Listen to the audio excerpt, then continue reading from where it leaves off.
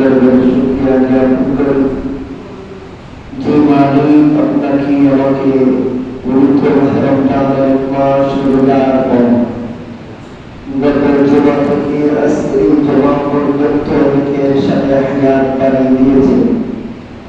আজকে পবিত্র শাওয়াল মাসের প্রথম জুমার নামাজ আদায় করার লক্ষ্যে আল্লাহর ঘর মসজিদে আসার বসার তৌফিক দিয়েছেন। সেই মহান মালিকের দরবারে শুকরিয়া জ্ঞাপন করি। জবানের আওয়াজটুকু উচ্চারণ করে পরিষ্কার করি আলহামদুলিল্লাহ।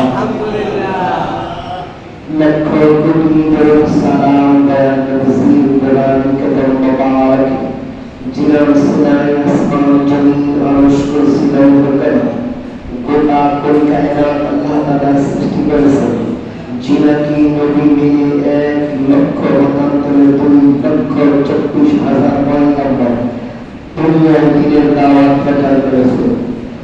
যিনি বড় আয়াতুল গায়বের খবর দেওয়ালা, যিনি আপার মস্তক নূর এবং মহান আল্লাহ তাআলা সৃষ্টির একমাত্র মূল উদ্দেশ্য সৃষ্টির কল্যাণ আর আপনার আমার সাইলেন্সিং প্রিয় মুহাম্মদ মুস্তাফা সাল্লাল্লাহু আলাইহি ওয়াসাল্লাম উম্মত হিসাবে আপনাকে আমাকে আল্লাহ তাআলা কবুল করেছেন।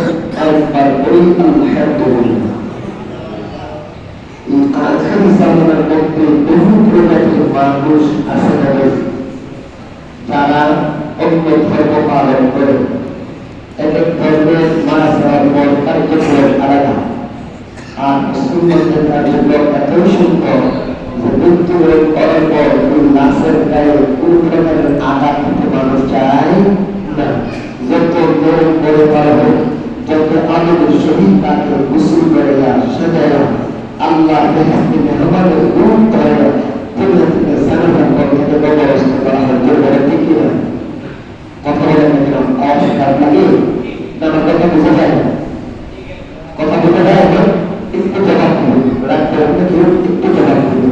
তাহলে আমাদেরকে এত সুন্দর করে সাজিয়ে একটা ব্যবস্থা রূপ দেওয়া হলে আমাদেরকে সাজানো হলে আর লোকা শুরু করে দিয়ে সাজানো হয়, সাজিয়ে একটা ব্যবস্থা রূপ ধারণ করে আমরা যত সহকারী পাই আস্তে আস্তে কবর শুরু কিন্তু অন্য ধর্মে কি এই রীতি আছে? জনগণ আছে? আল্লাহর কাছে আমরা যদি কি আমল করতে চাই হায়াত করে শুকরিয়া আদায় করি, তাও আমরা শেষ করতে পারবো না।